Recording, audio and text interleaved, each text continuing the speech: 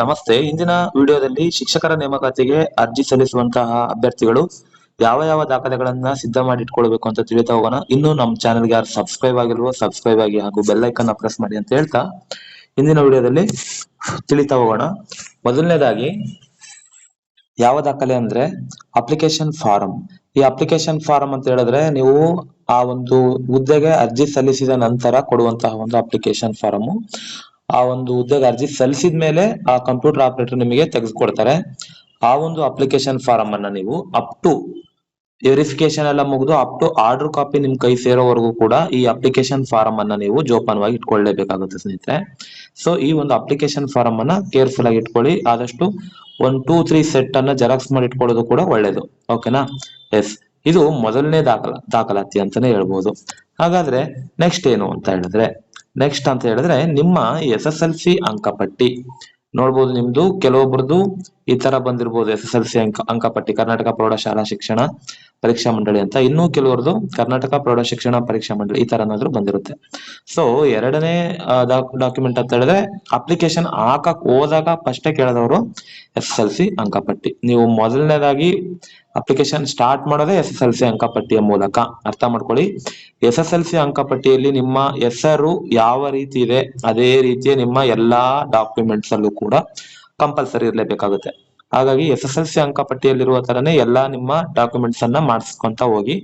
SSLC ಅಂಕಪಟ್ಟಿಯಲ್ಲಿ ನಿಮ್ಮ ಹೆಸರು, ನಿಮ್ಮ ತಂದೆ ಹೆಸರು, ನಿಮ್ಮ ತಾಯಿ ಹೆಸರು ಇವುಗಳನ್ನ ಮೇನ್ ಆಗಿ ನೋಡಿ. ಯಾವ ಒಂದು ಸ್ಪೆಲ್ಲಿಂಗ್ ಮಿಸ್ಟೇಕ್ಸ್ ಇರಬಾರ್ದು. ಆ ಮಿಸ್ಟೇಕ್ಸ್ ಏನಾದ್ರು SSLC ಏನಿದೆನೋ ಅದೇ ತರನೇ ಎಲ್ಲಾ ಒಂದು ಡಾಕ್ಯುಮೆಂಟ್ಸ್ ಅಲ್ಲಿ ಇರಲೇಬೇಕಾಗುತ್ತೆ. ಸೊ ಇದು ಎರಡನೇ ಡಾಕ್ಯುಮೆಂಟ್ ಅಂತ ಹೇಳ್ಬೋದು. ಹಾಗಾದ್ರೆ ಮೂರನೇ ಡಾಕ್ಯುಮೆಂಟ್ ಏನಂತ ಹೇಳಿದ್ರೆ PUC ಅಂಕಪಟ್ಟಿ. ಇನ್ನೊಂದು ಏನು ಅಂತ ಹೇಳಿದ್ರೆ ಈ SSLC ಅಂಕಪಟ್ಟಿಯಲ್ಲಿ ಈ ನಂಬರ್ ತುಂಬಾ ಇಂಪಾರ್ಟೆಂಟ್. ನಿಮ್ಮ ನೋಂದಣಿ ಸಂಖ್ಯೆ ಅಂತ ಏನ್ ಹೇಳ್ತೀವಿ, ಹಾಲ್ ಟಿಕೆಟ್ ನಂಬರ್ ಇರುತ್ತಲ್ಲ, ಆ ಒಂದು ನಂಬರ್ ಮತ್ತೆ ಮೇಲ್ಗಡೆ ಕಾಣ್ತಾ ಇದೆ ಅಲ್ವಾ, S012304 ಈ ತರ ಸೀರಿಯಲ್ ನಂಬರ್. ಈ ಸೀರಿಯಲ್ ನಂಬರ್ ಕೂಡ ತುಂಬಾ ಇಂಪಾರ್ಟೆಂಟ್ ಆಗುತ್ತೆ. ಅದೇ ತರ PUC ಅಂಕಪಟ್ಟಿನೇ ಈಗ ಮೂರನೇ ದಾಖಲಾತಿ ಅಂತ ಹೇಳಿದ್ರೆ PUC ಅಂಕಪಟ್ಟಿ. PUC ಅಂಕಪಟ್ಟಿಲಿ ಆದ್ರೂ ಅಷ್ಟೇನೆ ನಿಮ್ಮ ಹೆಸರು, ನಿಮ್ಮ ತಾಯಿ ಹೆಸರು, ತಂದೆ ಹೆಸರು ಕೂಡ ಕ್ಲಿಯರ್ ಆಗಿರ್ಬೇಕು. ಯಾವುದೇ ರೀತಿಯ ಮಿಸ್ಟೇಕ್ಸ್ ಇರಬಾರ್ದು. ಅದ್ರ ಜೊತೆ ಈ ಸೀರಿಯಲ್ ನಂಬರ್ ನೋಡ್ಬೋದು ನೀವು, 632259 ಈ ತರ ಸೀರಿಯಲ್ ನಂಬರ್ ಇದೆ ಅಲ್ವಾ, ಈ ಸೀರಿಯಲ್ ನಂಬರ್ ಕೂಡ ತುಂಬಾ ಇಂಪಾರ್ಟೆಂಟ್ ಆಗುತ್ತೆ. ಇನ್ನು ಮೂರನೇ ದಾಖಲಾತಿ ಅಂತ ಬಂದ್ರೆ PSTR ಅಭ್ಯರ್ಥಿಗಳು ಗಮನಿಸಬೇಕಾದ ಅಂಶ ಏನು ಅಂತ ಹೇಳಿದ್ರೆ, ನೀವು ಸಾಮಾನ್ಯವಾಗಿ PSTR ಅಭ್ಯರ್ಥಿಗಳು ನಿಮ್ಮ D.Ed TSH ಅಂತ ಏನ್ ಹೇಳ್ತೀವಿ, ಆ D.Ed ಮಾರ್ಕ್ಸ್ ಕಾರ್ಡ್ ಅನ್ನ ನೀವು ಕಂಪಲ್ಸರಿ ಆಗಿ ತೆಗೆದಿಟ್ಕೊಳ್ತಕ್ಕಂಥದ್ದು. ಆ D.Ed marks card 4 semester marks ಕಾರ್ಡ್ಗಳು, ಅದರ ಜೊತೆಗೆ ಕಾನ್ವೊಕೇಶನ್ ಬಂದ್ರೆ ಕಾನ್ವೊಕೇಶನ್ ಕೂಡ ತೆಗೆದಿಟ್ಕೊಳ್ತಕ್ಕಂಥದ್ದು. ಆದ್ರೆ PST ಬಿಟ್ಟು GPSTR ಅಭ್ಯರ್ಥಿಗಳು ಏನಂತ ಹೇಳಿದ್ರೆ ನಿಮ್ಮ ಡಿಗ್ರಿ ಮಾರ್ಕ್ಸ್ ಕಾರ್ಡ್, ನಿಮ್ಮ ಡಿಗ್ರಿ ಅದು whether it is engineering or it is commerce or it is degree, common degree, ಯಾವುದೇ ಒಂದು ಡಿಗ್ರಿ ಸರ್ಟಿಫಿಕೇಟ್ ಅನ್ನ, ಎಲ್ಲಾ ಡಿಗ್ರಿ ಸರ್ಟಿಫಿಕೇಟ್ ಅನ್ನ ನೀವು ರೆಡಿ ಮಾಡಿ ಇಟ್ಕೊಳ್ತಕ್ಕಂಥದ್ದು. ಆ ಯಾವುದೇ ಒಂದು ಡಿಗ್ರಿ ಸರ್ಟಿಫಿಕೇಟ್ಸ್ ಅಲ್ಲಿ ಪ್ರತಿಯೊಂದರಲ್ಲೂ ನೀವು ಅಪ್ಲೈ ಮಾಡ್ಬೇಕಾದ್ರೆ ಯಾವ ಮಾರ್ಕ್ಸ್ ಗಳನ್ನ ಅಪ್ಲೈ ಮಾಡಿರ್ತೀರೋ ಆ ಒಂದು ಎಕ್ಸಾಕ್ಟ್ ಮಾರ್ಕ್ಸ್ ಇದ್ರಲ್ಲೇ ಇರಬೇಕು. ಮಾರ್ಕ್ಸ್ ಕಾರ್ಡ್ ಅಲ್ಲಿ ಇರೋ ತರನೇ ಆ ಎಂಟ್ರಿ ಮಾಡ್ತಕ್ಕಂಥ ಮಾರ್ಕ್ಸ್ ಕೂಡ ಸೇಮ್ ಇರಬೇಕು. ಯಾವುದೇ ಕಾರಣಕ್ಕೂ ಮಾರ್ಕ್ಸ್ ಗಳು ವೇರಿಯೇಷನ್ ಆದ್ರೆ ಇವನ್ ವೆರಿಫಿಕೇಶನ್ ಟೈಮ್ ಅಲ್ಲೂ ಕೂಡ ಪ್ರತಿಯೊಂದು ಮಾರ್ಕ್ಸ್ ಅನ್ನ ಕೂಡ ಅವರು ಕೌಂಟ್ ಮಾಡಿ ಕೂಡ ನೋಡ್ತಕ್ಕಂಥದ್ದು. ಹಾಗಾಗಿ ಡಿಗ್ರಿ ಮಾರ್ಕ್ಸ್ ಕಾರ್ಡ್ ಅಲ್ಲಿರುವಂತದ್ದು ಮಾರ್ಕ್ಸ್ ಕಾರ್ಡ್ ಸೇಮ್ ಮಾರ್ಕ್ಸ್ ನ ನೀವು ಎಂಟ್ರಿ ಮಾಡ್ಬೇಕಾಗುತ್ತೆ. ಎಸ್, ಹಾಗಾದ್ರೆ ಆ ನಂತರ ಏನ್ ಬೇಕಾಗುತ್ತೆ, ಆ ನಂತರ ಹೇಳಿದ್ರೆ ನಿಮ್ಮ BED ಮಾರ್ಕ್ಸ್ ಕಾರ್ಡ್ ಯಾರಿಗೆ ಅಂತ ಹೇಳಿದ್ರೆ ಇದು PSTR ಗೆ ಬರೋದಿಲ್ಲ BED. ಸೊ HSTR ಹಾಗೂ GPSTR ಅಪ್ಲಿಕೇಶನ್ ಹಾಕುವಂತಹ ಅಭ್ಯರ್ಥಿಗಳು ನಿಮ್ಮ BED ಮಾರ್ಕ್ಸ್ ಕಾರ್ಡ್ ನ ರೆಡಿ ಮಾಡಿ ಇಟ್ಕೋಬೇಕಾಗುತ್ತೆ. ಮಾರ್ಕ್ಸ್ ಕಾರ್ಡ್ ಜೊತೆಗೆ ಈಗ ಡಿಗ್ರಿ ಆಗಿರ್ಬೋದು ಅಥವಾ D.Ed ಆಗಿರ್ಬೋದು ಅಥವಾ B.Ed ಆಗಿರ್ಬೋದು, ಈ ಮೂರು ಮಾರ್ಕ್ಸ್ ಕಾರ್ಡ್ ಗಳನ್ನ ಜೊತೆಯಾಗಿ ಇಟ್ಕೊಳ್ಳೋದ್ರ ಜೊತೆಗೆ this is most important, convocation is most important. In convocation the serial number is also a important thing. Okay, yes, convocation ಅಲ್ಲಿ ನಿಮಗೆ ಮುಖ್ಯವಾಗಿ BA ಅಥವಾ B.Ed ಮತ್ತು ಇದು DED ಅಂತ ಏನ್ ಹೇಳ್ತೀವಲ್ವಾ, ಅದರಲ್ಲೂ ಕಾನ್ವೊಕೇಶನ್ ಏನಾದ್ರು ಕೊಟ್ಟಿದ್ರೆ ಆ ಒಂದು ಕಾನ್ವೊಕೇಶನ್ ಕೂಡ ತುಂಬಾ ಇಂಪಾರ್ಟೆಂಟ್ ಆಗುತ್ತೆ. ಸೊ ಆ ಕಾನ್ವೊಕೇಶನ್ ಅನ್ನ ನೀವು ರೆಡಿ ಆಗಿ ಇಟ್ಕೊಳ್ತಕ್ಕಂಥದ್ದು. ಇನ್ನು ಯಾರು ಕಾನ್ವೊಕೇಶನ್ ತೆಗ್ಸಿಲ್ವೋ ಅವರು ಫಸ್ಟ್ ಹೋಗಿ ಕಾನ್ವೊಕೇಶನ್ ತೆಗೆಸ್ಕೊಳ್ಳಿ. ಬಟ್ ಈಗ ಎಮರ್ಜೆನ್ಸಿಲಿ ಕಾನ್ವೊಕೇಶನ್ ಬರೋದಿಲ್ಲ ಸರ್, ಈ ಕಾನ್ವೊಕೇಶನ್ ಇಲ್ಲ ಅಂದವ್ರು ಏನ್ ಮಾಡ್ಬೇಕು, ಅಪ್ಲಿಕೇಶನ್ ಹಾಕಕ್ಕೆ ಬರಲ್ವಾ ಹೇಗೆ ಅಂತ ಕೇಳಿದ್ರೆ, ಬಟ್ ಬರುತ್ತೆ, ಅದಕ್ಕೊಂದು ದಾರಿ ಇದೆ. ಏನು ಆ ದಾರಿ ಅಂತ ಹೇಳಿದ್ರೆ, ಕಾನ್ವೊಕೇಶನ್ ಇಲ್ಲದೆ ಇರುವಂತಹ ಅವರು ನೀವೇನ್ ಮಾಡ್ಬೇಕು ಅಂತ ಹೇಳಿದ್ರೆ ಯೂನಿವರ್ಸಿಟಿಗೆ ಹೋಗಿ ಪ್ರಾವಿಷನಲ್ ಪಾಸಿಂಗ್ ಸರ್ಟಿಫಿಕೇಟ್ ಅಂತ ಒಂದು ಬರುತ್ತೆ, PPC ಸರ್ಟಿಫಿಕೇಟ್ ಅಂತ. ಸೊ ಆ ಒಂದು PPC certificate within 1 or 2 days ಅಲ್ಲಿ ಕೊಟ್ಬಿಡ್ತಾರೆ. ಸೊ ಆ ಒಂದು ಪ್ರಾವಿಷನಲ್ ಪಾಸಿಂಗ್ ಸರ್ಟಿಫಿಕೇಟ್ ಅನ್ನ ನೀವು ತಗೊಂಡು ಅಪ್ಲೈ ಮಾಡಬಹುದು. ಬಟ್ ವೆರಿಫಿಕೇಶನ್ ಅಷ್ಟರಲ್ಲಿ, ಎಕ್ಸಾಮ್ ನಿಮ್ ಸೆಲೆಕ್ಷನ್ ಆಯ್ತು, ಲಿಸ್ಟ್ ಅಲ್ಲಿ ಸೆಲೆಕ್ಷನ್ ಆಗಿ ವೆರಿಫಿಕೇಶನ್ ಅಷ್ಟರಲ್ಲಿ ಕಂಪಲ್ಸರಿ ಆಗಿ ನೀವು ಕಾನ್ವೊಕೇಶನ್ ಅನ್ನ ಹೊಂದಿರತಕ್ಕಂಥದ್ದು. ಕಾನ್ವೊಕೇಶನ್ ಆ ಟೈಮಲ್ಲಿ ಅವರು ಎಕ್ಸ್ಕ್ಯೂಸ್ ಕೊಡೋದಿಲ್ಲ. ನಿಮ್ದು ಎಕ್ಸಾಮ್ ಆಯ್ತು, ಸೆಲೆಕ್ಷನ್ ಆದ್ರಿ, ಆಮೇಲೆ ವೆರಿಫಿಕೇಶನ್ ಟೈಮಲ್ಲೂ ಕೂಡ ಕಾನ್ವೊಕೇಶನ್ ಇಲ್ಲ ಅಂದ್ರೆ ನೀವು ಡೈರೆಕ್ಟ್ಲಿ ರಿಜೆಕ್ಟ್ ಆಗ್ತೀರಾ. So be careful. ಅಪ್ಲೈ ಮಾಡುವಾಗ ನೀವು PPC ಸರ್ಟಿಫಿಕೇಟ್ ಬೇಸಿಸ್ ಮೇಲೆ ಅಪ್ಲೈ ಮಾಡಿದ್ರು ಕೂಡ ವೆರಿಫಿಕೇಶನ್ ಟೈಮ್ ಅಲ್ಲಿ ಕಾನ್ವೊಕೇಶನ್ ಇಸ್ ಮ್ಯಾಂಡೇಟರಿ. ಎಸ್. ಆ ನಂತರ ಬೇಕಾಗಿರುವಂತಹ ಡಾಕ್ಯುಮೆಂಟ್ಸ್ ನಿಮ್ಮ ID proof. Main ID card, whether it is PAN card, Aadhaar card and voter ID or passport. ಈ ಎಲ್ಲಾ ID ಕಾರ್ಡ್ ಅಲ್ಲಿ ಮುಖ್ಯವಾಗಿ ನಿಮ್ಗೆ ಆಧಾರ್ ಕಾರ್ಡ್ ಕೇಳಿದ್ರೆ ವೋಟರ್ ID ಕೇಳಬಹುದು ಮೇನ್ ಆಗಿ ಅಪ್ಲಿಕೇಶನ್ ಹಾಕುವಾಗ. ಸೊ ಈ ಒಂದು ಡಾಕ್ಯುಮೆಂಟ್ ಅನ್ನ ನೀವು ಆದಷ್ಟು ಸಿದ್ಧ ಮಾಡಿಟ್ಕೊಳ್ಳೋದು ಒಳ್ಳೆಯದು. ಆ ನಂತರ ಕನ್ನಡ ಮೀಡಿಯಂ ಅಲ್ಲಿ, ಕನ್ನಡ ಮಾಧ್ಯಮದಲ್ಲಿ ಓದಿರುವಂತಹ ವಿದ್ಯಾರ್ಥಿಗಳು ಕನ್ನಡ ಮಾಧ್ಯಮದ ವ್ಯಾಸಂಗ ಪ್ರಮಾಣ ಪತ್ರವನ್ನ ನೀವು ಕಂಪಲ್ಸರಿ ಬರ್ತಕ್ಕಂಥದ್ದು. ಇನ್ ಕೇಸ್ ನೀವು ಕನ್ನಡ ಮಾಧ್ಯಮದಲ್ಲಿ ಓದಿದ್ದು ಕೂಡ ಹಳೇದಿದೆ ಅಂತ ಹೇಳಿದ್ರೆ ಹಳೇದನ್ನ ವ್ಯಾಲಿಡ್ ಆದ್ರೂ ಕೂಡ ಸುಮ್ನೆ ಚಾನ್ಸ್ ತಗೊಳ್ಳೋದೇನಕ್ಕೆ, ಬೆಟರ್ ಹೊಸದನ್ನ ಬರ್ಸೋದು. ಓಕೆನಾ?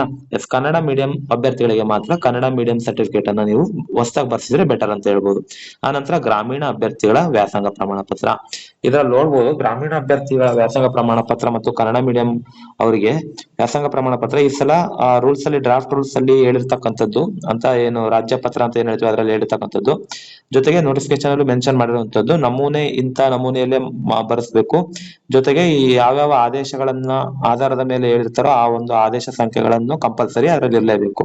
ಸೊ ಅದರ ಆಧಾರದ ಮೇಲೆ ಗ್ರಾಮೀಣ ಮತ್ತು ಕನ್ನಡ ಮಾಧ್ಯಮ ಸರ್ಟಿಫಿಕೇಟ್ ಗಳನ್ನ ನೀವು ಬರ್ಸಿದ್ರೆ ಬೆಟರ್ ಆಗುತ್ತೆ. ಎಸ್. ಆ ನಂತರ ನಿಮಗೆ ಸಾಮಾನ್ಯ ಅಭ್ಯರ್ಥಿಗಳದ್ದು ಮುಗೀತು, ಇಷ್ಟು ಸಾಮಾನ್ಯ ಅಭ್ಯರ್ಥಿಗಳಿಗೆ. ಆದ್ರೆ ಇನ್ ಕೇಸ್ PH ಏನಾದ್ರು ಇದ್ರೆ, ಫಿಸಿಕಲ್ ಹ್ಯಾಂಡಿಕ್ಯಾಪ್ಟ್ ಏನಾದ್ರು ಅಂಗವಿಕಲ ಅಭ್ಯರ್ಥಿಗಳಾಗಿದ್ರೆ ಆ ಒಂದು ಅಭ್ಯರ್ಥಿಗಳು ಫಿಸಿಕಲ್ ಡಿಸಬಿಲಿಟಿ ಸರ್ಟಿಫಿಕೇಟ್ ಅಥವಾ ID ಕಾರ್ಡ್ ಅನ್ನ ಕಂಪಲ್ಸರಿಯಾಗಿ ಹೊಂದಿರತಕ್ಕಂಥದ್ದು. ಇದು ನೋಡಿ ಸರ್ಟಿಫಿಕೇಟ್, ಫಿಸಿಕಲ್ ಡಿಸಬಿಲಿಟಿ ಸರ್ಟಿಫಿಕೇಟ್ ಅಥವಾ ಫಿಸಿಕಲ್ ಡಿಸಬಿಲಿಟಿ ಐಡೆಂಟಿ ಕಾರ್ಡ್ ಅನ್ನ compulsory. So this is mandatory for application. Even serial number ಅಥವಾ ಯಾವ್ದನ್ನಾದ್ರೂ ಒಂದು ಅವರು ಅದರಲ್ಲಿ ಮೆನ್ಷನ್ ಮಾಡ್ಕೊಂಡೆ ಅಪ್ಲಿಕೇಶನ್ ಹಾಕುವಂಥದ್ದು. So this is mandatory. Yes. ಆ ನಂತರ ಇನ್ ಕೇಸ್ ಮಾಜಿ ಸೈನಿಕ ಅಭ್ಯರ್ಥಿಗಳಿಗೆ ಮಾಜಿ ಸೈನಿಕ ಅಭ್ಯರ್ಥಿಗಳ ಸರ್ಟಿಫಿಕೇಟ್ ಇರುತ್ತೆ, ಆ ಸರ್ಟಿಫಿಕೇಟ್ ಕಂಪಲ್ಸರಿ ಹೊಂದಿರತಕ್ಕಂಥದ್ದು. ಆ ಸರ್ಟಿಫಿಕೇಟ್ ಅಲ್ಲಿರುವಂತಹ ನಂಬರ್ ಕೂಡ ಅವರು ಎಂಟ್ರಿ ಮಾಡ್ತಕ್ಕಂಥದ್ದು. ಸೊ ಇದಿಷ್ಟು ಮುಖ್ಯವಾಗಿ. ಇದೆಲ್ಲದ್ರ ಜೊತೆಗೆ ಇನ್ನೂ ಒಂದು ತುಂಬಾ ಇಂಪಾರ್ಟೆಂಟ್ ಅಂತ ಹೇಳಿದ್ರೆ, ಇದು most important, caste certificate, caste and income certificate.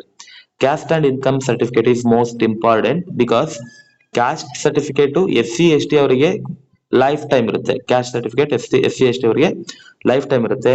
But OBC ವಿದ್ಯಾರ್ಥಿಗಳಿಗೆ ಕ್ಯಾಸ್ಟ್ ಸರ್ಟಿಫಿಕೇಟ್ ಪ್ರತಿ 5 ವರ್ಷಕ್ಕೊಮ್ಮೆ ಕ್ಯಾಸ್ಟ್ ಅಂಡ್ ಇನ್ಕಮ್ ಅಂತ ಒಂದೇ ಫಾರ್ಮೆಟ್ ಅಲ್ಲಿ ಬರೋದ್ರಿಂದ ಪ್ರತಿ 5 ವರ್ಷಕ್ಕೊಮ್ಮೆ ಕಂಪಲ್ಸರಿ ಮಾಡಿಸ್ಲೇಬೇಕಾಗಿರುತ್ತೆ. ಸೊ ಹಾಗಾಗಿ caste and income certificate expire ಆಗಿರೋ ಹಾಗಿಲ್ಲ. ಯಾವುದೇ ಕಾರಣಕ್ಕೂ caste and income certificate expire ಆಗಿರೋ ಹಾಗಿಲ್ಲ. ಅಪ್ಲಿಕೇಶನ್ ಹಾಕುವಾಗ ಅದು ಇನ್ನು ಡೇಟ್ ಇರಬೇಕು, ಎಕ್ಸ್ಪೈರ್ ಆಗಿರೋ ಹಾಗಿಲ್ಲ.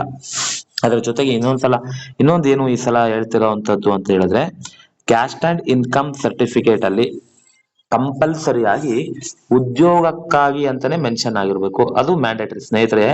ಇಲ್ಲಿ ಅರ್ಥ ಮಾಡ್ಕೊಳ್ಳಿ, ಎಲ್ಲಾ ಕ್ಯಾಸ್ಟ್ ಇನ್ಕಮ್ ಸರ್ಟಿಫಿಕೇಟ್ ಗಳು ಸಾಮಾನ್ಯವಾಗಿ ಅದು ಒಂದು ವಿದ್ಯಾಭ್ಯಾಸಕ್ಕಾಗಿ ಅಂತ ಬಂದ್ಬಿಟ್ಟಿರುತ್ತೆ ಓದ್ಬೇಕಾದ್ರೆ. ಬಟ್ ಈ ಸಲ ಅವರು ನೀಟಾಗಿ ನೋಟಿಫಿಕೇಶನ್ ಅಲ್ಲಿ ಮೆನ್ಷನ್ ಮಾಡಿರುವಂತದ್ದು ಸ್ನೇಹಿತರೆ, caste and income certificate should be for job purpose ಅಂತಾನೆ ಇರಬೇಕು. ಜಾಬ್ ಪರ್ಪಸ್ ಅಂತ ಇದ್ರೆ ಮಾತ್ರ ಪರಿಗಣಿಸಲಾಗುವುದು, otherwise it will not consider for job ಅಂತ ಹೇಳಿದ್ದಾರೆ ಅವರು. ಕಂಪಲ್ಸರಿ ಆಗಿ ನೀವು ಜಾಬ್ ಪರ್ಪಸ್ಗೋಸ್ಕರ ಮಾಡಿಸಿದ್ರೆ ಬೆಟರ್ ಆಗುತ್ತೆ. ಎಸ್. ಅದ್ರ ಜೊತೆಗೆ SC ಮತ್ತೆ SC ಒಳ ಮೀಸಲಾತಿ ಜಾರಿ ಆದ ನಂತರ ಕ್ಯಾಸ್ಟ್ಗೆ ಸ್ವಲ್ಪ ವೇರಿಯೇಷನ್ ಆಗಿದ್ರೆ, ಸೊ ಕ್ಯಾಸ್ಟ್ ಸರ್ಟಿಫಿಕೇಟ್ ಅನ್ನ ಹೊಸದಾಗಿ ಮಾಡಿಸೋದು ಬೆಟರ್ ಅನ್ಸುತ್ತೆ SC ಅಭ್ಯರ್ಥಿಗಳು. ಓಕೆ ಅಲ್ವಾ? ಎಸ್. ಅದನ್ನ ಬಿಟ್ರೆ ಇನ್ನೊಂದು ಜಾತಿ ಮತ್ತು ಆದಾಯ ಪ್ರಮಾಣ ಪತ್ರದಲ್ಲಿ ಮುಖ್ಯವಾಗಿ ಲಾಸ್ಟ್ ಟೈಮ್ 2022 ಅಲ್ಲೂ ಕೂಡ ಪ್ರಾಬ್ಲಮ್ ಆಗಿದೆ ಏನಂತ ಹೇಳಿದ್ರೆ, ಜಾತಿ ತಂದೆಯಿಂದ ಬರುವಂತಹ ಜಾತಿಯನ್ನೇ ಅಪ್ಲಿಕೇಶನ್ ಹಾಕ್ಬೇಕು. ಯಾರು? ಮ್ಯಾರಿಡ್ ವುಮೆನ್ಸ್, ಮದುವೆ ಆಗಿರುವಂತಹ ಹೆಣ್ಣು ಮಕ್ಕಳು. ಮದುವೆ ಆಗದಿರುವಂತಹ ಹೆಣ್ಣು ಮಕ್ಕಳಿಗೆ ಏನು ತೊಂದರೆ ಇಲ್ಲ, ಕ್ಯಾಸ್ಟ್ ಕೂಡ ತಂದೆದೇ ಬರುತ್ತೆ, ಆದಾಯ ಪ್ರಮಾಣ ಪತ್ರ ಕೂಡ ತಂದೆದೇ ಬರುತ್ತೆ. ಬಟ್ ಮದುವೆ ಆಗಿರುವಂತಹ ಹೆಣ್ಣು ಮಕ್ಕಳು ಜಾತಿ ಪ್ರಮಾಣ ಪತ್ರವನ್ನ ತಂದೆಯಿಂದ ಬಂದಿರುವಂತಹ ಜಾತಿಯನ್ನೇ ಹಾಕ್ಬೇಕು. But income certificate should be from husband ಇಂದ ಏನು ಇನ್ಕಮ್ ಇರುತ್ತೋ ಆ ಇನ್ಕಮ್ ಸರ್ಟಿಫಿಕೇಟ್ ಅನ್ನೇ ಕಂಪಲ್ಸರಿಯಾಗಿ ಅಪ್ಲೈ ಮಾಡ್ತಕ್ಕಂಥದ್ದು. ಇದಕ್ಕೆ ಯಾವುದೇ ಎಕ್ಸ್ಕ್ಯೂಸ್ ಕೊಡೋದಿಲ್ಲ. ಸೊ ಪ್ಲೀಸ್ ಅಂಡರ್ಸ್ಟ್ಯಾಂಡ್ ಮಾಡ್ಕೊಳ್ಳಿ, ಮದುವೆ ಆಗಿರುವಂತಹ ಹೆಣ್ಣು ಮಕ್ಕಳು ಕಂಪಲ್ಸರಿಯಾಗಿ ಅವರು ಆ ಒಂದು ಗಂಡನ ಆದಾಯವನ್ನೇ ಆಗ್ತಕ್ಕಂಥದ್ದು. ಸೊ ಇದಿಷ್ಟು ಕೂಡ ನೀವು ಸಿದ್ಧ ಮಾಡಿಟ್ಕೊಳ್ಬೇಕಾಗಿರುವಂತಹ ದಾಖಲೆಗಳು. ಇನ್ನು ಏನಾದರೂ ಈ ಒಂದು ದಾಖಲೆಗಳ ವಿಚಾರದಲ್ಲಿ ನಿಮ್ಗೆ ಏನಾದ್ರು ಡೌಟ್ಸ್ ಇತ್ತು ಅಂತ ಹೇಳಿದ್ರೆ ಕಮೆಂಟ್ ಸೆಕ್ಷನ್ ಅಲ್ಲಿ ಕಮೆಂಟ್ ಮಾಡಿ, ನಾನು ಆದಷ್ಟು ರಿಸಾಲ್ವ್ ಮಾಡ್ಲಿಕ್ಕೆ ಪ್ರಯತ್ನ ಪಡ್ತೀನಿ. ಇದೇ ರೀತಿ ನಮ್ಮ ಚಾನಲ್ಗೆ ಸಪೋರ್ಟ್ ಮಾಡ್ತಾ ಇರಿ. ಈ ವಿಡಿಯೋ ಇಷ್ಟ ಆಗಿದ್ದಲ್ಲಿ ನಮ್ಮ ಚಾನಲ್ಗೆ ಲೈಕ್ ಮಾಡಿ ಹಾಗೂ ಸಬ್ಸ್ಕ್ರೈಬ್ ಮಾಡೋದನ್ನ ಮರಿಬೇಡಿ. ನಿಮ್ಮ ಸ್ನೇಹಿತರೊಂದಿಗೆ ಈ ವಿಡಿಯೋನ ಹಂಚ್ಕೊಳ್ಳಿ, ಅವ್ರಿಗೂ ಸಹಾಯ ಆಗ್ಲಿ ಅಂತ ಹೇಳ್ತಾ ಇಂದಿನ ವಿಡಿಯೋನ ಮುಗಿಸ್ತಾ ಇದ್ದೀನಿ. ಇದೇ ರೀತಿ ನಮ್ಮ ಚಾನಲ್ಗೆ ಸಪೋರ್ಟ್ ಮಾಡಿ. ಧನ್ಯವಾದ.